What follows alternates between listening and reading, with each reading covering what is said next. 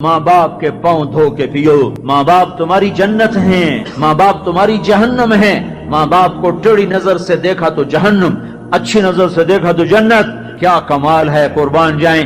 میرے نبی نے کہا جب بیٹا ماں باپ کو محبت سے دیکھتا ہے، ماں کو دیکھے یا باپ کو دیکھے، تو اس کے لیے ایک حج کا ثواب لکھا جاتا ہے. اور ماں باپ جب اولاد کو ان کی خدمت کی وجہ سے محبت سے دیکھتے ہیں تو بیٹے کو غلام آزاد کرنے کا ثواب لکھا جاتا ہے. اللہ کے نبی نے فرمایا، بھائی بولو، اللہ کے راستے میں خرچ کرنے سے بھی زیادہ افضل خرچ کون سا ہے؟ اللہ کی راہ میں 1 روپیہ خرچ کرو 7 لاکھ کا ثواب ملتا ہے. تو آپ نے فرمایا اللہ کی راہ میں خرچ کرنے سے بھی زیادہ افضل کون سا خرچہ ہے؟ تو صحابہ نے کہا جی اللہ کو پتا، آپ کو پتا.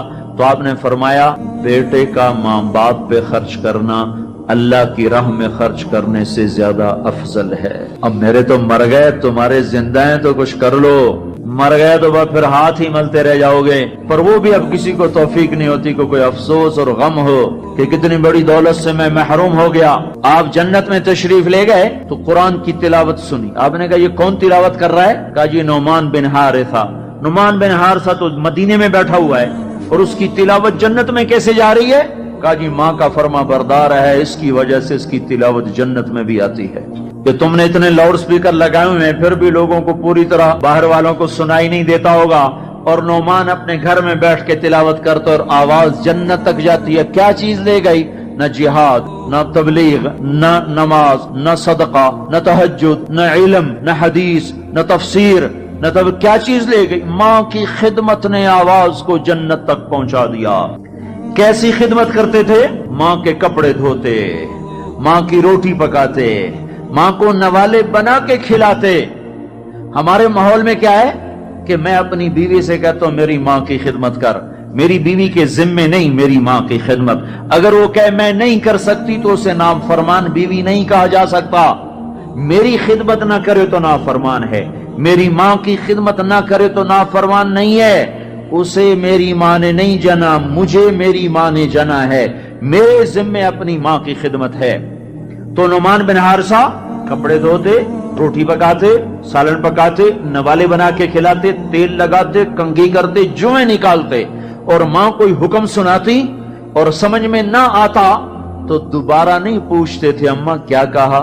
باہر نکل کے خادمہ کو بلاتے، کہتے میری ماں نے کیا کہا تھا تو بتا، مجھے سمجھ میں نہیں آیا. ادب کی وجہ سے ماں سے دوبارہ پوچھتے نہیں تھے. اور میرے بھائیو ماں باپ کی قدر کرو. موسیٰ علیہ السلام نے پوچھا یا اللہ میرا جنت کا ساتھی کون ہے؟ اللہ تعالیٰ نے کہا فلاں قصائی. موسیٰ اور قصائی میں کیا جوڑ ہے؟ موسیٰ علیہ السلام گئے تو ایک قصائی ایسے بیٹھا ہوا گوشت بیچ رہا ٹوٹے کر کے. شام ہوئی اس نے تھیلا کندھے پہ لٹکایا، گوشت کا ٹکڑا ڈالا، گھر کو چلا. موسیٰ علیہ السلام بولے میں بھی آ جاؤں تیرے ساتھ؟ اسے نہیں پتا یہ موسیٰ ہیں. کہا آ جاؤ بھائی. گھر میں گیا، انہیں جا کے گوشت کے ٹوٹے چھوٹی چھوٹی بوٹیاں بنائی، ہانڈی پہ چڑھایا، آٹا گوندھا، سالن تیار ہوا، روٹی پکائی، تیار کر کے ٹرے میں رکھ کر ایک بڑھیا عورت بیٹھی جس کو الٹے ہاتھ کندھے کا سہارا دے کر ایسے بٹھایا. پھر اپنے سیدھے ہاتھ سے نوالے بنا کے اس کے منہ میں ڈالتا رہا، کھلاتا رہا. پھر اس کا منہ صاف کیا، اس نے کچھ بڑبڑا کے کہا، پھر اس نے اس کو لٹا دیا. موسیٰ علیہ السلام نے پوچھا بھائی یہ کون ہے، کیا ماجرا؟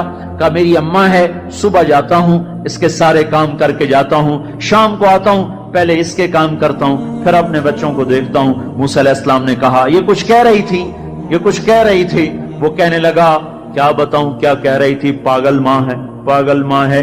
جب بھی خدمت کرتا ہوں مجھے کہتی اللہ تجھے موسیٰ کا ساتھی بنائے جنت میں. میں کہاں اور موسیٰ کہاں؟ وہ جب بھی میں خدمت کرتا ہوں کہتی اللہ تجھے موسیٰ کا جنت میں ساتھی بنائے. آئے ہائے. موسیٰ علیہ السلام بولے تیرا کام بن گیا، تیری ماں نے تجھے موسیٰ سے ملا دیا. اے ماؤں کو راضی کرو، نبیوں کے ساتھ جنت میں پہنچو گے. ہائے میرے نبی سے پوچھا گیا تھا قیامت کب آئے گی تو آپ نے یہ نہیں کہا تھا جب زنا زیادہ ہوگا، جب قتل زیادہ ہوگا، جب پتھروں کی پوجا ہوگی تو قیامت آئے گی. میرے نبی نے فرمایا تھا جب اولادیں ماں باپ کو ذلیل و رسوا کریں گی اس وقت قیامت آئے گی. جب ماں باپ سے ایسے بات کریں جیسے نوکروں سے کی جاتی ہے تو اس وقت قیامت آئے گی. جب ماں ڈر رہی ہو کہ میرا بیٹا کہیں بدتمیزی سے مجھ سے بات نہ کرے، جب باپ ڈر رہا ہو کہ کہیں میرا گریبان نہ پکڑ لے تو سمجھو قیامت آ گئی۔ اور اللہ کے نبی نے فرمایا جس نے ماں باپ کو ستایا اس پہ اللہ کی لعنت، فرشتوں کی لعنت، زمین آسمان کی لعنت، نہ نماز قبول ہے، نہ روزہ قبول ہے، نہ حج و زکوٰۃ قبول ہے۔ ہائے ہائے، میں ایک شہر میں گیا، ایک نوجوان میرے پاس آیا کہ میرے باپ نے میرے اوپر زیادتی کی ہے، میری سناؤ۔ سنتے سنتے پتہ چلا کہ اس نے اپنے باپ کے خلاف عدالت میں کیس کیے ہوئے ہیں۔ میں نے کہا بیٹا تو جلدی سے چلا جا، تو شکر کر تیرے اوپر آسمان نہیں ٹوٹا، زمین نے تجھے نہیں نگلا، تیرے اوپر کوئی آگ کا کوڑا نہیں برسا، اور اللہ نے ابھی تک تجھے درگزر کا معاملہ کیا ہوا ہے۔ تو بیٹا ہو کر باپ کے خلاف کیس کر رہا ہے، صرف تو نہیں رگڑا جائے گا، وہ وکیل بھی رگڑا گیا جس نے تیرا کیس تیار کیا، اور وہ گواہ بھی رگڑے گئے جنہوں نے گواہی دی۔ ارے ظالم، بیٹا ہو کر باپ کے خلاف تو کیس کرتا ہے۔ تو میرے بھائیو، اپنے ماں باپ کی خدمت کر کے جنت لے لو، جنت بنا لو، یہ جہان بھی سنورے گا، اگلا جہان بھی سنورے گا۔ ایک نوجوان تھے، ان کا نام ہے کلاب، وہ گئے اللہ کے راستے میں، ماں باپ تھے بوڑھے ضعیف، ہاتھ بھی کامتے تھے، تو ان کے باپ نے کہا بیٹا جب تو بچہ تھا ہم نے تجھے پالا، جب ہمارے ہاتھ کانپنے لگے نہ تیری ماں مجھے گلاس پکڑا سکے نہ میں خود پی سکوں، تو ہمیں چھوڑ کے چلا گیا۔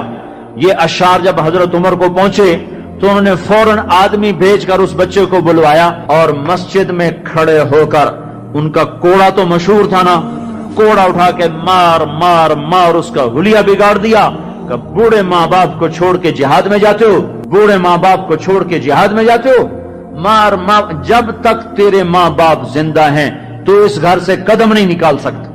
اور میرے بھائیو، آج کل ماں باپ بڑے رسوا ہو رہے ہیں، آج کل ماؤں کی بڑی ناقدری ہو رہی ہے، باپ کی بڑی ناقدری ہو رہی ہے۔ اکثر نوجوان بیٹھے ہوئے مجھے نظر آ رہے ہیں، میں تمہیں اللہ رسول کی محبت کا واسطہ دیتا ہوں، میں تمہیں اللہ کا واسطہ دیتا ہوں کہ اپنی ماؤں کو، اپنے باپ کو راضی کرو۔ ہاں، نافرمانی کی بات کہیں، ماننا نہیں، گستاخی بھی نہیں کرتے۔